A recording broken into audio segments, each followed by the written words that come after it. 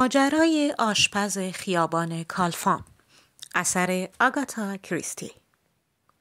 زمانی که من و پوآرو در یک آپارتمان زندگی می کردیم، یکی از سرگرمی های پوآرو این بود که با صدای بلند تیتر اول روزنامه های صبح را برایش بخوانم. روزنامه بلاری یکی از پرفروشترین روزنامه های صبح بود، چرا که آخرین خبرهای داغ حوادث شهر لندن همه روزه در آن چاپ می شد. در آخرین برگ روزنامه همیشه اخبار سرقت و اشیاء گم شده و قتل چاپ می شد. روزنامه بلاری محبوب ترین روزنامه پوآرو به شمار می رفت. اخبار صبح امروز: یک کارمند بانک به همراه 50,000 پوند گریخته است. بر اثر زندگی پرآشوب زناشویی، مردی سرش را به مخزن گاز کوبید و خودکشی کرد. ناپدید شدن یک دختر 21 ساله که منشی یک شرکت خصوصی است. ادنا فیلد کجاست؟ خب پوآرو، از این همه خبری که برایت خواندم کدام یک را انتخاب می‌کنی؟ یک خودکشی مرموز، گریختن کارمند بانک یا ناپدید شدن یک منشی جوان؟ به نظر تو کدام یک جالب تر است؟ دوست من در یکی از حالات مخصوص خود فرو رفته بود. متین و ساکت. به آرامی سرش را تکان داد. دوست عزیز، در حقیقت هیچ کدام از این موارد توجه مرا جلب نکرد. امروز برخلاف دیگر روزها میخواهم به مرتب کردن اتاق و کمد لباسهایم بپردازم. تازه یک مشکل جدید هم پیدا کردم. آن هم صندلی است. فکر میکنم بایستی آن را عوض کنم. تازه به غیر از آن خیلی چیزهای دیگر هم وجود دارد که بایستی تغییراتی در آن بدهم. مثلا چه چیزهایی؟ هستینگ عزیز، کمد لباس هم یکی از آن مورد هاست. اگر اشتباه نکنم این لکه روغن به تازگی روی کت و شلوار توسی رنگم پیدا شده و تو میدانی که چقدر روی آن حساسم. تنها یک لکه کوچک، ولی خیلی مرا کلافه کرده. نمیدانم از کجا پیدا شده. یا اینکه این پالتوی پشمی. بایستی نفتالین به آن بزنم، وگرنه بیدهای این آپارتمان آن را سوراخ می کنند. اینطوری هم نگاه نکن. میدونم که خیلی غرغر زدم. در ضمن پس از این کارها بایستی یک روغن برای چرب کردن سیبیل هایم پیدا کنم. 2 روز است که آنها را چرب نکردم. همانطور که به طرف پنجره قدم بر می داشتم گفتم خب که اینطور، ولی شک دارم. فکر می کنم داری هذیان می گویی و هیچ وقت نمی توانی این برنامه را انجام بدهی. در همین لحظه صدای زنگ به صدا درآمد و خانم صاحب خانه صدایش حاکی از این بود که برای ما میهمان آمده است.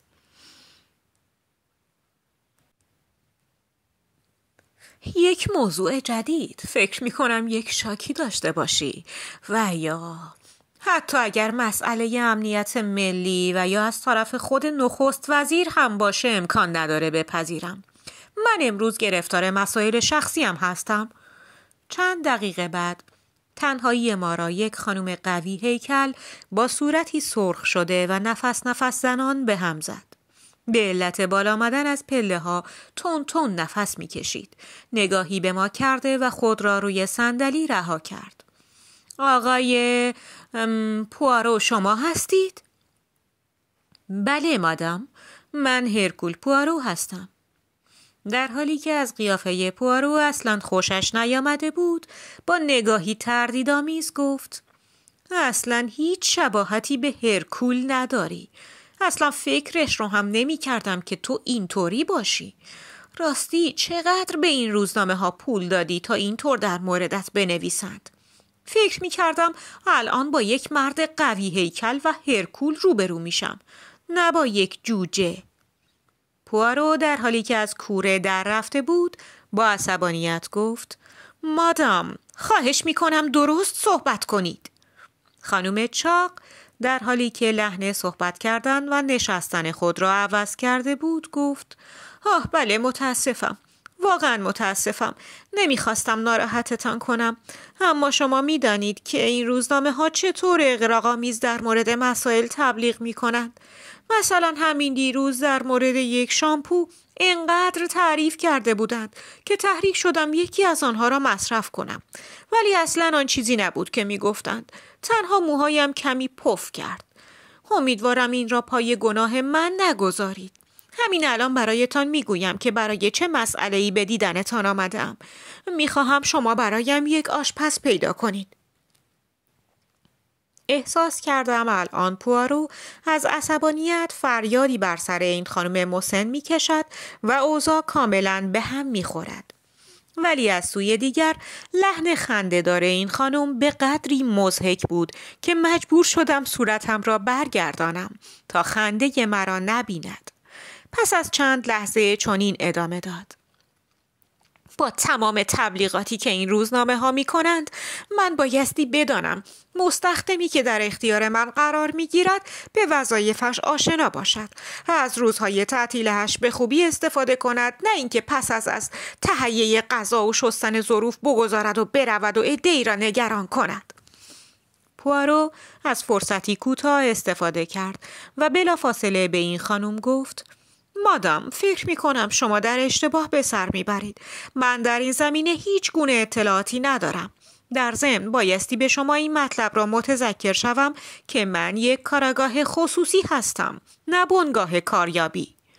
من این موضوع را می دانم. مگر من الان چه مسئله ای را مطرح کردم؟ گفتم یک آشپز را برایم پیدا کنید، آن هم موردی که روز چهارشنبه از خانه بیرون رفته و بدون هیچ کلامی و یا حتی هیچ دستخطی دیگر برنگشته. متاسفم مادام، اما من نمیتوانم این مشکل شما را حل کنم.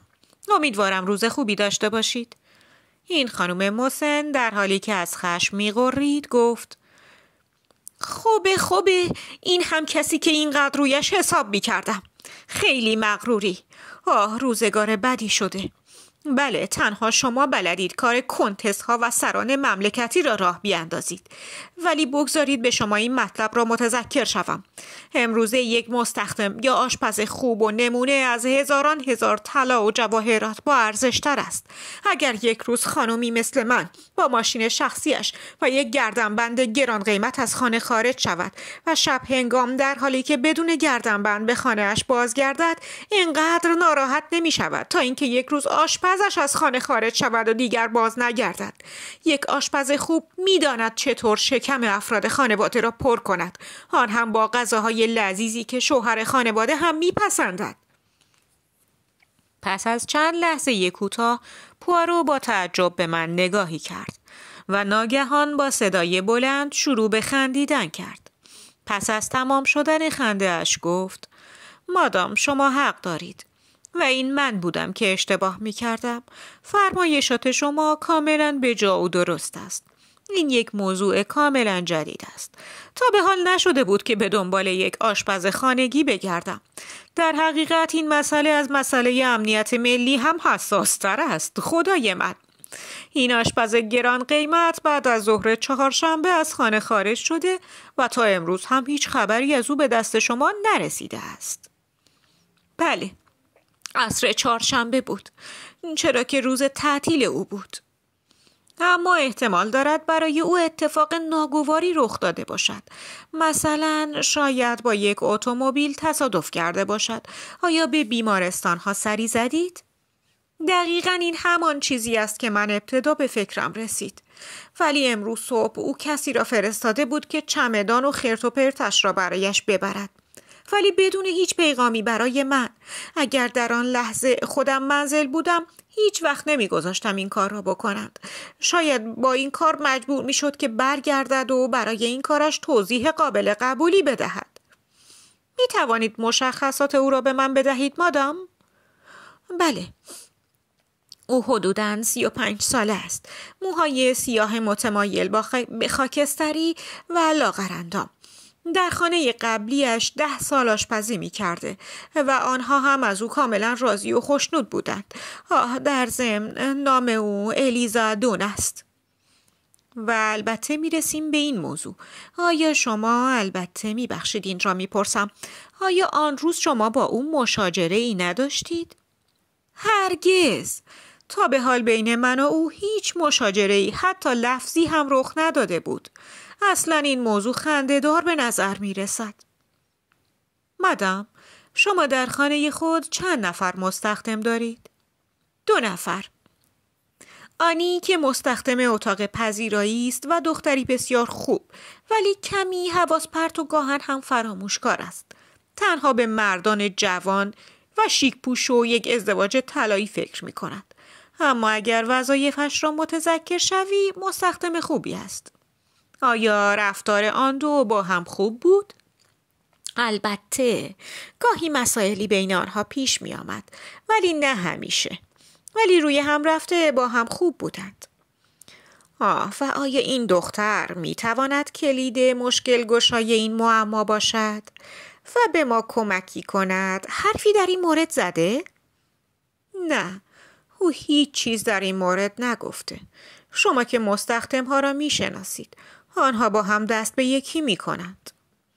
خب، ما بایستی به دقت مسائل را بررسی کنیم. مادام، گفتید شما در کجا اقامت دارید؟ در خیابان کالفام، شماره 88، در جاده پرنس آلبرت. متشکرم مادام، امیدوارم روز خوبی داشته باشید. در چند روز آینده حتما به دیدنتان می آیم. سپس دوست جدید ما خانم تود اتاق را ترک کرد. پوارو با نگاهی غم‌انگیز به من خیره شد. خب دوست عزیزم هستینگ، این هم کار جدید و یک موضوع استثنایی. ناپدید شدن آشپز خیابان کالفام. مطمئنم که هرگز ژاپ در این مورد چیزی به گوشش نخورده است.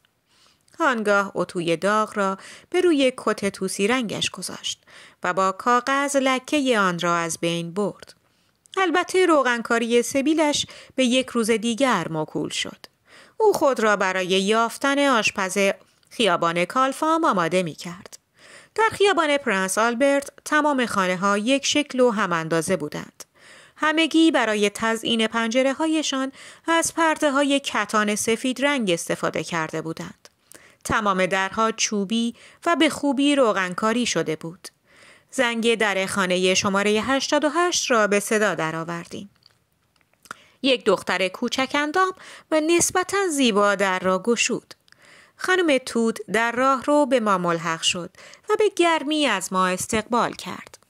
سپس به دختر رو کرد و گفت: نرو آنی، این آقایان کاراگاه خصوصی هستند و میخواهند از تو سوالاتی بکنند. صورت آنی از ترس به سرخی گرایید و کمی دست پاچه شد، ولی پوارو با خونسردی تعظیمی کرد و گفت: متشکرم مادام. اگه ممکنه میخوام به طور خصوصی سوالات خودم رو مطرح کنم. البته اگه شما اجازه بدهید. خانم تود با شک و تردید ما را به اتاق کوچکی راهنمایی کرد و در را پشت سرش بست. مادمازل آنی عزیز، هر چیزی که برایمان بازگو کنید کمک بزرگی است برای پیدا کردن دوست خوب تو الیزا. بدون کمک تو هیچ کاری از دست ما ساخته نیست. حالت ترس و وحشت از صورت آنی گریخت و یک احساس آرامش جای آن را گرفت و به آرامی گفت: بله میدانم، متوجه هستم منظور شما چیست. هر چیزی که بدانم برایتان میگویم. این خیلی خوبه. حالا عقیده خودت رو در این مورد به من بگو. تو یک دختر باهوش و زرنگ هستی. این را در نگاه اول متوجه شدم. پس بنابراین روی حرف تو حساب می کنم. نظرت در مورد ناپدید شدن الیزا چیست؟ من خیلی وقته که به خانم گفتم، ولی کسی به حرف من گوش نمی کرد. الیزا همیشه مرا از برخورد با جوانها منع می کرد و یا اینکه می گفت آب بینیت را اینطور با سر و صدا بالا نکش. اینقدر قند و شیرینی نخور، برای دندونات خوب نیست. در برخورد با یک مرد جوان بسیار مؤدب باش. اینها تمام اندرزهایی بود که او مرتب برایم تکرار می کرد. ولی متاسفانه مثل اینکه خودش گرفتار یکی از همین مردان جوان شده و الان مطمئن هستم در کشتی به سوی شرق می رود. مثلا ترکیه. چین، ژاپن و یا سنگاپور. نمیدانم شما شنیده اید میگویند غروب زیبایی را در دریای سنگاپور میتوان دید. آیا شنیده اید؟ بله، حق با شماست. ولی این مورد موضوع فرق می کند. من می خواهم بدانم چه کسی را برای بردن چمدانش فرستاده بود. درسته، می بخشید. ولی من اطلاعی ندارم. حتما چون می خواسته به شهر دیگری برود، لوازم شخصیش را لازم داشته. چه کسی برای بردن چمدانش آمده بود؟ یک مرد؟ بله، آقای کارتر پترسون. آیا تو وسایل او را بسته بندی کردی؟ نه خیر آقا، برای این کار طناب پیدا نکردم. خیلی جالبه. پس نتیجه میگیریم که او بعد از ظهر چهارشنبه قصد نداشته اینجا را ترک کند. آیا او حرفی نزد که معلوم کند برمیگردد یا خیر؟ آنی با تردید به پشت سرش نگاه کرد و گفت بله آقا، البته من در این مورد قبلا فکری نکرده بودم، ولی ممکن است حدس من غلط باشد. بدون شک اینطور نخواهد بود. آیا شما با هم در یک اتاق بودید؟ نه خیر آقا، هر کدام از ما اتاق جداگانه ای داشتیم. آیا تا به حال اختلافی بین شما به وجود نیامده بود؟ یا اینکه با خانم توت؟ آیا از زندگی خودتون در اینجا راضی هستید؟ نه، اشتباه نکنید آقا. او هیچگاه به این خاطر اینجا را ترک نکرده. اینجا محیط خوبی برای زندگی و کار محسوب می شود. پوارو در حالی که احساس می کرد دختر به شدت ترسیده به آرامی گفت راحت صحبت کن. مطمئن باش من یک کلمه از این صحبتها را به خانم توت بازگو نمی کنم. البته این موضوع را می دانم، ولی خانم توت زن هوشیاری است. غذا همیشه خوب بوده و الیزا از هیچ چیزی دریغ نمی کرد. او تمام و کمال در اختیار خواسته های اربابش بود. بین آنها هم هیچگاه اختلافی پیش نمی آمد. همیشه یک سوپ گرم و مطبوع برای شام حاضر می کرد و چون می دانست آقای توت از سیب زمینی سرخ کرده خوشش می آید، ظرف سیب زمینی سرخ کرده او هیچ وقت فراموش نمی شد. مطمئن باشید او بدون دلیل این کار را نکرده. در ضمن خانم گفته بود که دستمزدش را برای ماه بعد اضافه خواهد کرد. پس می بینید هیچ مشکلی نداشت. کار او زیاد نبود. منظورم اینه که از کارش گله نمی کرد. خب البته گاهی اوقات به جز آشپزی گردگیری هم می کرد، ولی وظیفه او تهیه و تدارک غذا برای خانم، آقا و مستاجرشان بود. ولی خب آقای توت اکثر اوقات در منزل نیست. یعنی در واقع بیشتر برای صبحانه و شام به منزل می آید. شما از آقای توت خوشتان می آید؟ مرد مهربانی است؟ بله، او مرد بسیار مهربان و آرامی است. اکثر اوقاتی هم که در منزل است ساکت است و مشغول خواندن کتاب است. آیا به خاطر داری که الیزا قبل از اینکه از منزل خارج شود حرفی بزند که نشانه برنگشتن او باشد؟ خیر آقا، مطمئن هستم. تنها چیزی که گفت این بود که یادت نره برای شام حتما سیب زمینی سرخ کرده و تاس کباب را روی میز بگذاری. البته سعی می کنم زودتر برگردم. ولی من مطمئن هستم که او را گول زدند و الان با کشتی به سوی سواحل شرقی می رود. البته این خودش خیلی هم هیجان انگیز است. آیا تنها روزهای چهارشنبه روز تعطیل او بوده؟ یعنی همیشه فقط چهارشنبه ها بیرون می رفت؟ بله، روزهای چهارشنبه روز تعطیلی او بود و روزهای سه‌شنبه روز تعطیلی من. پوارو چند سوال دیگر هم کرد.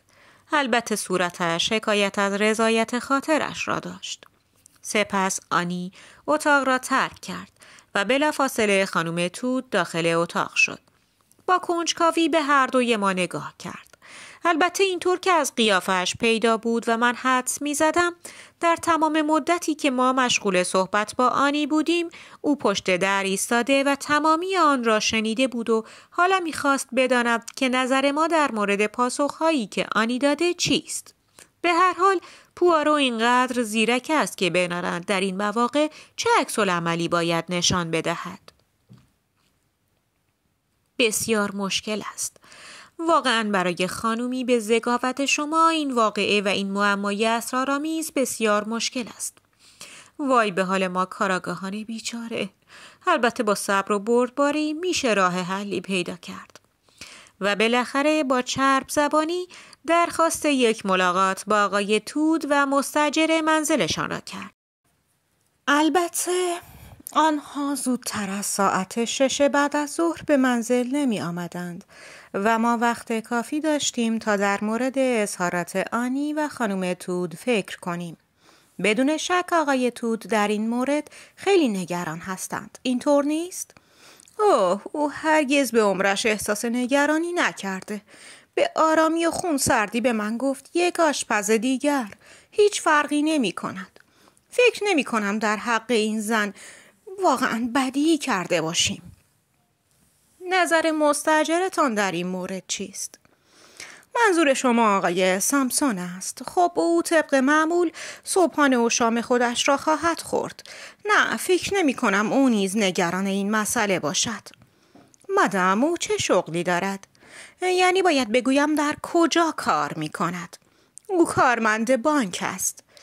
نمیدانم چرا تا اسم بانک را شنیدم به یاد خبری افتادم که در روزنامه بلری خوانده بودم. گریختن کارمند بانک به همراه 50,000 پوند. آیا او مرد جوانی است؟ بله، تقریبا حدود 28 سال سن دارد و پسر بسیار آرام و متینی است. امیدوارم بتوانم با او هم چند کلمه ای صحبت کنم. فکر می کنم اگر بعد از ظهر برای دیدن آقای تود بیایم او را هم ببینم. مادام از اینکه وقت شما را گرفتیم بی نهایت معذرت می خواهم. در حقیقت آقای پوارو، این تنها من هستم که نگران الیزا هستم. در حقیقت من مجبورم هر روز از خانه برای خرید بیرون بروم و آنی هم قادر نیست به تمام کارهای خانه برسد. می خواهم زودتر تکلیف خودم را روشن کنم. پوارو زمزمه‌ای کرد و آنجا را ترک کردیم. دیگر نتوانستم طاقت بیاورم و بلافاصله گفتم مسئله غریبی است. ولی یک نکته ظریف فکر مرا خراب کرده. در مورد سامسون، او هم مثل دیویس، همان کارمندی که پول کلانی را دزدیده در بانک کار می کند. فکر می کنی بین آنها ارتباطی باشد؟ از یک طرف کارمندی مقصر قرار گرفته و از طرف دیگر یک آشپز ناپدید شده. به سختی می توان بین این دو ارتباطی پیدا کرد. اصلاً با عقل جور نیست. شاید این احتمال وجود داشته باشد که دیویس با سامسون ملاقاتی داشته و در حین این دیدار عاشق آشپز می شود و بالاخره این آشنایی منجر به گریختن این دو می گردد. آخر به چه دلیل؟ آن هم با این همه پول؟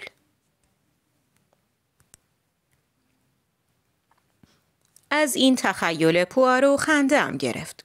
اما او در مورد این مسئله خیلی جدی فکر می کرد و با جدیت گفت او بایستی در یک جا دچار خطا شده باشد. جدی میگم هستینگ، اگر تو را تبعید کنن ترجیح می دهی یک آشپز خوب در کنارت باشد یا اینکه یک خانم زیبا؟ پس از کمی مکس گفت این مسئله کنجکاوی مرا تحریک کرده. حل این معمای پر از ضد و نقیض برایم بسیار جالب است. آری، بسیار جالب و شگفت‌انگیز است. بعد از ظهر همان روز مجدداً به منزل خانم تود برگشتیم و با آقای تود و سامسون ملاقات کردیم. آقای تود به نظر مالی خولیایی می آمد. دارای یک چانه باریک و دراز بود و بیش از 40 سال به نظر می رسید. با حالت مسخره‌ای گفت بله الیزا، آشپز بسیار ماهری بود. خوب می دانست سیب زمینی سرخ کرده را چگونه درست کند. در ضمن بسیار هم قناعت می کرد. من معتقدم آدم بایستی مسائل اقتصادی را جدی بگیرد. من آدم مقتصدی هستم. آیا شما فکر می کنید دلیل خاصی وجود دارد که او ناگهان اینجا را ترک کرده؟ خب می دانید که مستخدمین چگونه هستند، ولی همسر من بیش از حد نگران است و مسئله را بزرگ جلوه می دهد. همیشه به او میگویم که نگرانی را از خودت دور کن. تمام مشکلات را میتوان با صبر و حوصله حل کرد، ولی این مسئله چندان هم مهم نیست که او اینقدر به آن اهمیت میدهد و شما را هم به زحمت انداخته. من معذرت میخواهم. ولی از سوی دیگر آقای سامسون اصلاً هیچ کمکی به ما نکرد. یک مرد جوان و باریکندام با یک بینی تیز که عینکی روی آن بود. این تنها مشخصاتی بود که او را کاملاً مشخص می کرد. فکر می کنم او را بایستی دیده باشم. یک زن جوان، اینطور نیست؟ البته فکر می کنم آن یکی را دیدم. آه بله، آنی دختر بسیار خوبی است. آیا آن دو با یکدیگر رفتار خوبی داشتند؟ به درستی نمیتوانم بگویم. زیاد مطمئن نیستم. زمانی که بدون هیچ کمکی از سوی آنها خانه را ترک کردیم، پوآرو گفت: دوست عزیزم، هیچ چیز جدیدی کشف نکردیم. به جز حرفهای خانم تود چیز دیگری در مورد این مسئله نمیدانم. آیا ناامید شده ای؟ دلت میخواهد یک چیز جالب بشنوی؟ پوآرو به آرامی سرش را تکان داد و موافقت کرد. البته این احتمال وجود دارد، اما من زیاد هم از آن مطمئن نیستم. سپس به آرامی آنچه را که در فکرم بود بیان کردم. صبح روز بعد یک نامه برای پوآرو رسید. پس از اینکه آن را خواند، با عصبانیت آن را به سوی من دراز کرد و گفت: بخوان. نامه از سوی خانم تود و حاوی این مطلب که از او عذرخواهی کرده و دیگر بیش از این نمیخواست مزاحمتی برای او به وجود آورد بود. در ضمن این توصیه‌ای است که آقای تود کرده، چرا که او فکر می‌کند این احمقانه است که برای یافتن یک آشپز قدر نشناس به یک کارگاه خصوصی مراجعه کند. البته به همراه نامه 21 شیلینگ به عنوان دستمزد برای پوآرو فرستاده بود. پوآرو با عصبانیت گفت: با این کار فکر کردند هرکول پوآرو دست از این قضیه می کشد. یک فرصت استثنایی را از دست دادم، ولی به راحتی نمی توانم بگذرم. اگر اشتباه نکنم دست آقای تود نیز در این کار است، ولی نه، امکان نداره. تو هیچ عقیده‌ای در این مورد نداری؟ بله، تو درست میگی، ولی حالا چه کار می توان کرد مگر اینکه خودت به تنهایی دنبال جریان باشی، بدون در نظر گرفتن خانواده تود و مستاجرشان. درسته. ما یک آگهی در روزنامه چاپ می کنیم و در آن از یک آشپز خوب و ماهر دعوت به کار می کنیم. اگر الیزا دان با این آدرس مکاتبه کند، خدای بزرگان وقت متوجه می شویم که قضیه چیست. البته اگر او احتیاج به کار داشته باشد و یا اینکه زنده باشد. ولی زنده است. خب هستینگ، لطفاً نام تمام روزنامه هایی را که به خاطر میآوری روی یک برگ کاغذ بنویس و یک آگهی برایم در رابطه با درخواست یک آشپز. لطفاً عجله کن، ما نباید کوچکترین فرصتی را از دست بدهیم. تا به امروز او را اینقدر عصبی و آشفته ندیده بودم. تمام مدت روز بیرون بود و زمانی که برگشت این خبر را با خود داشت. من امروز به کارخانه آقای تود رفتم.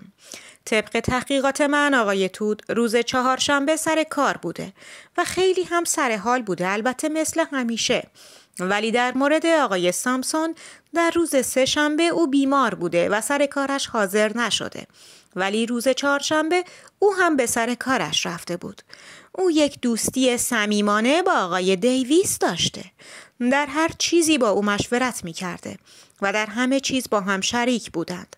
خب بیشتر از این چیزی برای گفتن ندارم، ولی مثل اینکه در مورد آگهی تا حدی اشتباه کرده باشم.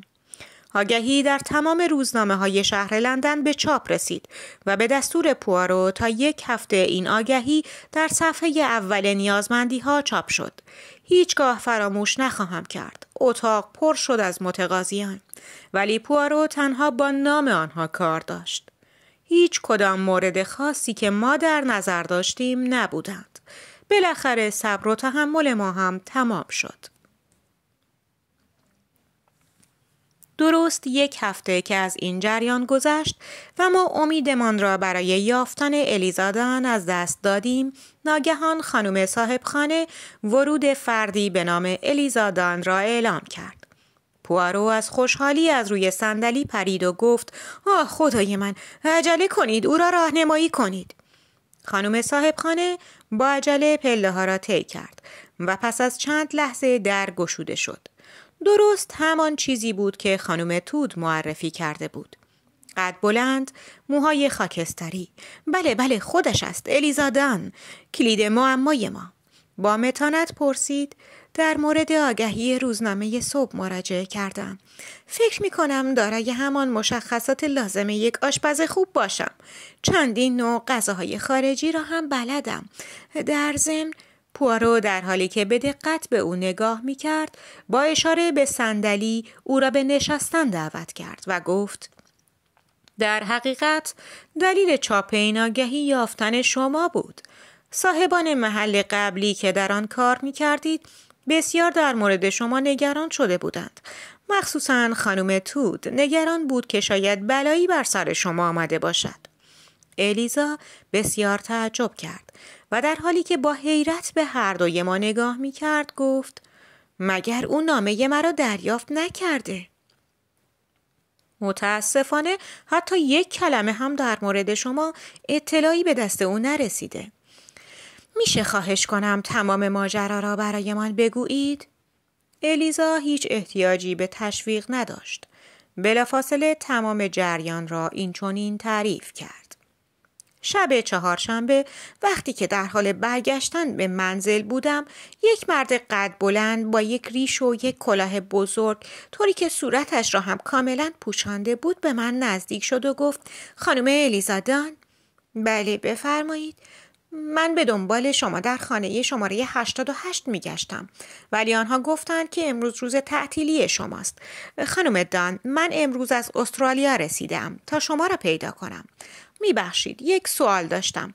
آیا نام مادر بزرگ مادریتان را به خاطر دارید؟ بله، ژانت اموت. درسته، اشتباه نکرده بودم.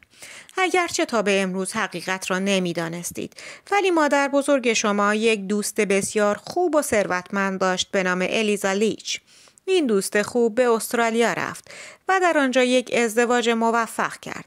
او تمام دارایی خود را به مادر بزرگ شما بخشید، چرا که شوهر و 2 کودک او بر اثر یک بیماری مرموز درگذشته بودند و او هیچ کس را به جز شما نداشت. چندی قبل دوست او از دنیا رفت و بدین وسیله شما وارث تمامی ثروت این زن بزرگوار شده اید. البته این دارایی شامل یک خانه و مقداری پول است که به صورت مقرری به شما پرداخت می شود.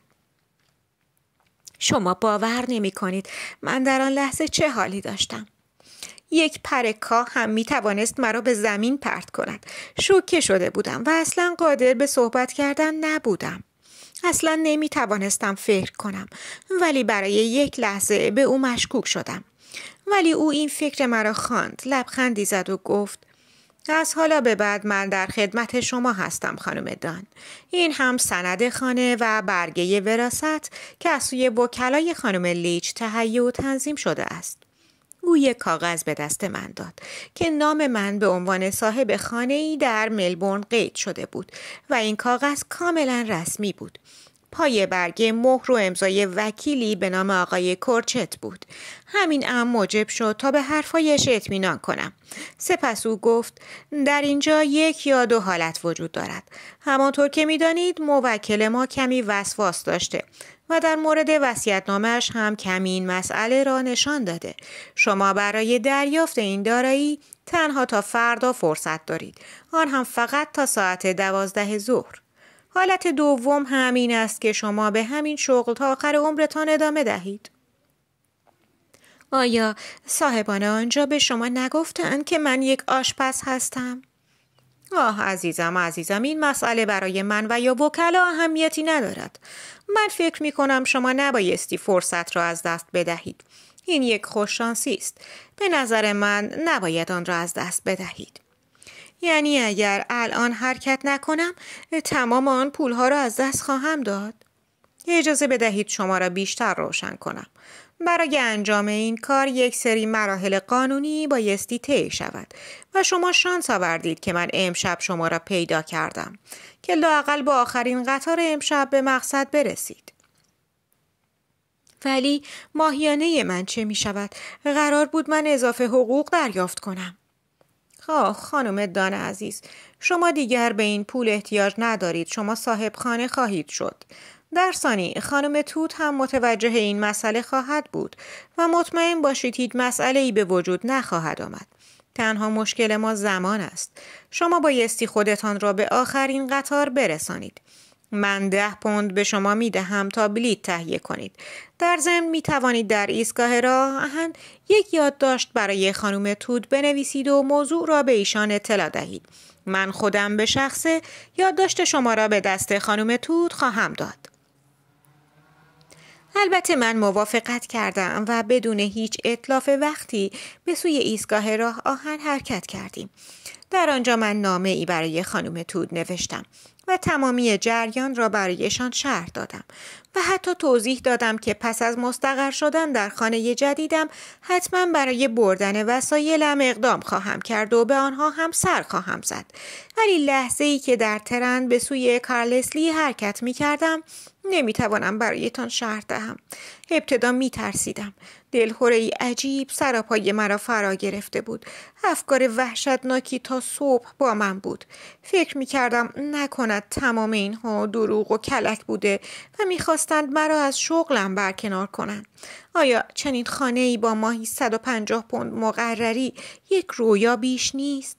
البته در مورد خانم توت حدس می زدم که عصبانی بشود، ولی این هم برای خودش یک شانس بود و نمیخواستم آن را از دست بدهم. در ضمن بعدها او با روی خوش وسایلم را برگرداند و من مطمئن بودم که هیچ مسئله‌ای روی نداده است. ولی خب حالا میفهمم که هرگز نامه من به دستش نرسیده و حتما در مورد این کار من قضاوت نادرستی هم کرده است. پوارو که در تمام مدت به داستان خانم الیزا گوش کرده بود، سرش را به علامت رضایت تکانی داد و گفت: اوه متشکرم خانم. واقعا کمک بزرگی کردید. آیا می توانم خواهشی از شما بکنم؟ بله، مطمئن باشید. هر کاری بگویید انجام می دهم. هرچه سریعتر به منزلتان برگردید و این نصیحت را از من بپذیرید. هرگز آشپزی را فراموش نکنید، چرا که این هنر باعث شده که شما از یک گرفتاری بزرگ خلاص شوید. در ضمن همیشه این شانس را دارید که برای خودتان کاری دست و پا کنید تا هیچگاه محتاج دیگران نباشید. خیلی متشکرم آقای پوارو. قول می دهم نصیحت شما را هرگز فراموش نکنم. ولی در مورد غیبت من خواهش می کنم به خانم توت حتما توضیح بدهید. خدا نگهدار. سپس خانم الیزا دان اتاق را ترک کرد. پوارو بلافاصله بلند شد و با عجله گفت: عجله کن هستینگ، یک تاکسی خبر کن تا من یک نامه برای دوستمان ژاپ بنویسم. پوارو کنار درب منزل منتظر من بود. وقتی با تاکسی رسیدم بلافاصله سوار شد. هنوز نمیدانستم منظورش چیست. میشه بپرسم الان کجا می رویم؟ ابتدا به سوی اداره پلیس تا این نامه را با یک پیک مخصوص به دست ژاپ برسانم.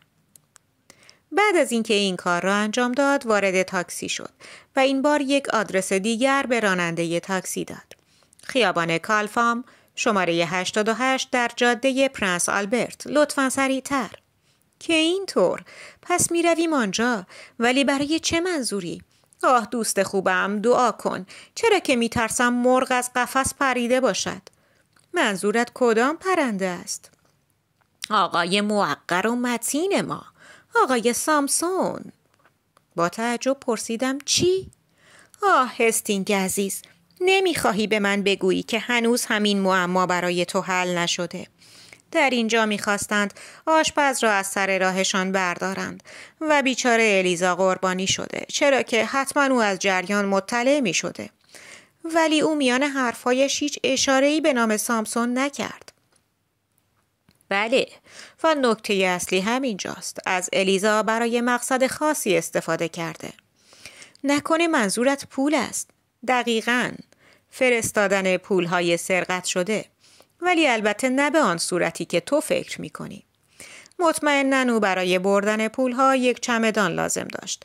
پس بنابراین یک چمدان بزرگ تهیه کرده و آن را به همراه خانم الیزادان به همان شهر لعنتی که نامش را فراموش کردم فرستاده. دیدی گفتم اصلاً اینطوری نیست، چرا که در این صورت خانم الیزا از محتوای چمدان با خبر می شده.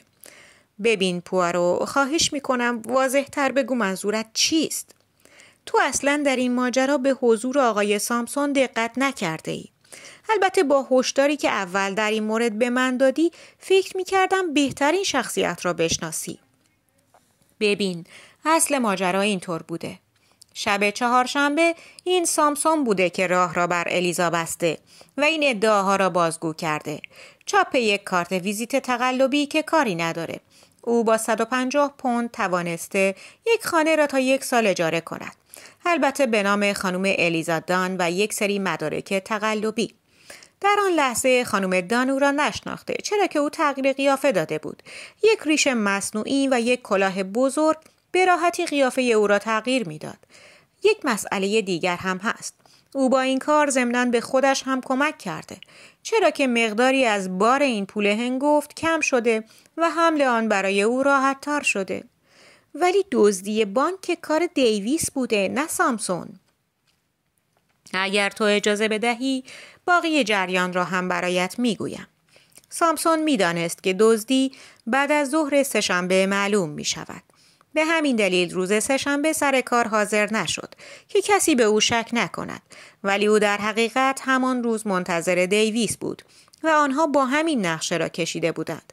به هر حال او با دیویس ملاقاتی داشته و او را دعوت می کند به منزلش.